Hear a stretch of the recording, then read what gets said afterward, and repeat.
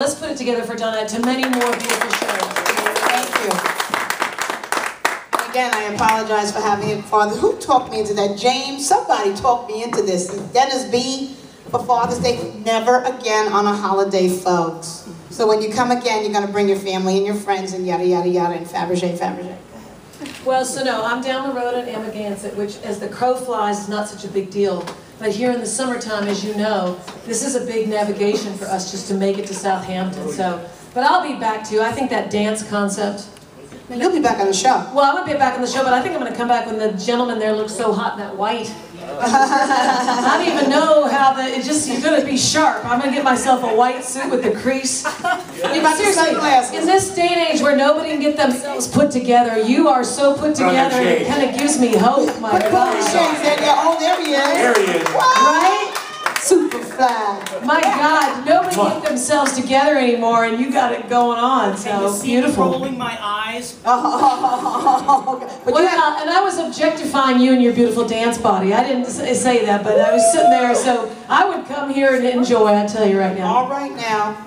All right. You put together a beautiful thing. Thank you, Dolph. I love you. Can I give you a kiss? Thank you. She's been very supportive of me and the situation going on in my family, and I love her, and she's an awesome, awesome artist. So, how did you get involved in music? What was your inspiration, and how did you venture off to become an original songwriter? Right. Singer-songwriter. And that's a key thing, I think, when you get into original music. Why would you ever? It's a very tough thing to do because, you know, Dawnette's doing some talk. It's very hard to get people to come listen to your own music. And I don't know why you'd even do that. It's very tough. Nobody wants to bring you in to do your own music. It's a horror show. It is. I was just so stupid I didn't know any better. And then I was doing that kind of chick singer in college, doing the bar, drunk saying play American Pie. You know what I mean? Or Freebird. Or, you know, all the verses to Edmund Fitzgerald, all 18 of them or something or other. And, right? And I think it's then that I thought, I can't memorize all these verses. And I guess I just didn't know any better. And so then, you know, through just kind of finding mentors and just falling off the turnip cart, I was really lucky. In my 20s, I found a mentor who did this as a troubadour, so I got very lucky and was able to be, again, keeping my ignorance, make my own first CD when people didn't have CDs out. I did the whole NPR college tour circuit, booked my own gigs, got my own press, and again, I don't think I knew any better. And I say that, that's, you know, a joke, but it's not, and I see what you do, and I'll tell you what, I don't think I ever was able, just time-wise, to take the route where I could play everybody's music as beautiful as you all do. I can fake through some things when I have to and bone up on some covers, but I'll tell you what, I took a real ignorant path and just took the guitar and started being the chick singer. And so I think, it's worked, it just kind of worked, you know, the heels clicked. But I don't know what to do and I don't have a guitar. If I just have to stand like what you do, twirling around, I need to get some dance lessons just to know what to do without a guitar. I even have to have a tambourine. I don't know what to do. I feel very lost without one. Well, you know what? They're about to see what you do and how you sound and what you sing about. And if I could just be as so bold as to say, she's just fierce. She's fierce. She's awesome. But yes, it's true. So you live in Amagansett, okay? But you came from where? Where'd you come from? Well, I'm from the West. I grew up between Arizona, California, and Wyoming, and that's all like dysfunction and divorce. But I went to school in the East, and that was... As is the rest of America, right? Well, we all are. I went to school in the East, and it was wonderful, but I thought never again. And then, just the fates collided. I came to New York a lot because of music, and I came for love, you know, so that's why Amagansett. And I'll tell you, my first year here, I thought I was going to be an alcoholic by spring because you start drinking every day at 4 because the sun goes down. And that's when I thought, I got to take a yoga class or something because, I mean, the sun, you know what I'm saying? Your first year here, it's like, it's cocktail hour, but it's only 4. But the thing, everybody out, well, and our neighborhood's like that anyway. And so, I guess that's it, we are all alcoholics, but I did go to yoga.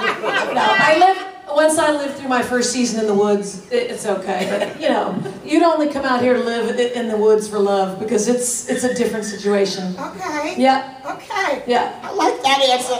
Well, Anyway. what are you going to do? Okay. These next two songs that you chose to do, when I was on the phone with you, I found it interesting. I'm like, all right, Go West and Casper. Go West, Young Man, Casper and the Friendly Ghost. Where did you get these titles from, and why did you write about Go West? Right. Go West. The Go West concept is the record that I have out right now. And that's, you know, you never really get a title in a way till you're done with your project. I think this is really a lot about, in my own way, manifest destiny, my own deal. In that I'm from the West, I'm very comfortable there. Yeah. But sometimes when I go to my hometown, I don't know if I could ever live there per se, but it's so familiar to me. And I know I'm ripping off a classic literature theme. I am. Because everybody's got their relationship with their hometown. They're so of it. But yet maybe you could never live there, but yet it's so familiar. And here I live in the easternmost part of the United States, which is kind of comical. I will never be an East Coaster. Yet I'm very comfortable here. We love, you know, we love the ones we're with, and that's where the heart is. Do you know what I mean? And so ultimately, this group of songs, they all fit under this category. It's my 7th record, and so at this point, I knew how I wanted to do it. Okay. So you talked about Casper. That's a song that's my hometown, basically. What happened? Oh, I'm just. See, they in folk, in chick singers, they never. Oh, there we go. They never give chick singers just this. This is a Cher thing. I never get to touch. Of course, I turned the mic off because I always have the guitar. So this is big for me. No, this is the big deal. She's awesome. Well, so I think a lot of these songs really have to do with that kind of unrequited yearning and longing. And so I think when we think of the West, there's that whole idea of something's better out somewhere else. So I think that's how it worked there. Okay. You know? Yes, I do. Recently I did a performance. I did a few performances with you, but the most recent one was at the Bay Street Theater in Sag Harbor, the 50th Beatle anniversary. You did Eleanor Rigby and Obla Di Obla Da. You did it your own way. And it was kick butt, because I background for you. How did you feel about doing the Beatles the way you did it? Because I'm begging you to do it on this show. I know you are. don't want to, I know, but I think it's so beautiful. I had to really wing that. It's beautiful. I know. I told the story at the Bay Street. I grew up with the Beatles and their book, and we didn't have too many of the records because my parents didn't have the Beatles. That's something they missed. They were more into the Stones, and they were past the music at that point. They were living their divorces, and nobody buys records after a certain age. You know what I mean? Anyway, point being, I got those songs. I've always loved them.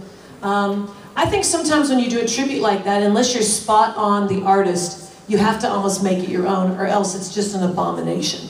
And I had no other choice other than to kind of own them. Because I think you're paying tribute to sacred ground. When you have these songs that everybody loves so much, that always makes me nervous as ever, because I mean, people have such a relationship with these songs.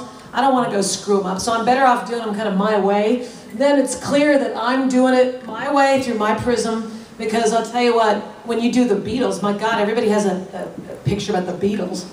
You know You did a phenomenal job, guys. As did you. We had a ball, and everybody came out and just owned them. We had a big party. But I think when you cover some of these songs, I mean, you're in sacred territory. And, you know, not just because the drunks in the audience will kill you, it's your own pride. You don't want to ruin what is hallowed ground. You know what I mean? Yeah. That's why I have the utmost. When you can cover a song and do it justice and own it, that's a huge thing, because that's very telling. It is, and you're right. But you did do a phenomenal job, and I love you. Inda and I are about to do somebody's album.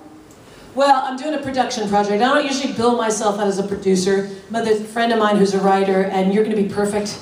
I know Bob did some trombone on there. We brought him in. You're going to do some vocals. And sometimes it's fun to be in the studio and do a little behind the scenes and do a little editing. It's kind of a creativity killer for me. I don't love it, but it's good for me to sit behind and get into a different space. We're gonna have fun. Okay, I look forward to it. Yeah. I do. And one last question. The name Inda, is that your real name? Because it's a beautiful name. Oh, thank you. Yeah. Inda is my real name, and Inda is my great-grandmother. And my whole name is Inda Ardith Eaton. And Ardith is my grandmother, who I just went out to her 93rd birthday. So, and it's interesting, and that's something, right?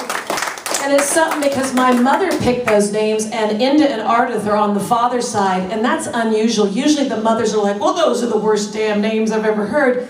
But she was open enough to say those are such beautiful names, so she gave me both my paternal grandmother's names. So isn't that sweet? And trust me, we are an acrimonious, horrible family, but she just thought they were beautiful. I thought that took a lot of guts to say that the other side, they had beautiful names. Yeah, I mean, really. You know how it is. Oh, that's a horrible name. Why would, no, she embraced it. Inda Eaton is a beautiful name, right? Yeah. And she's a beautiful artist. We're going to get ready to hear you do Go West, yeah? Let's do it.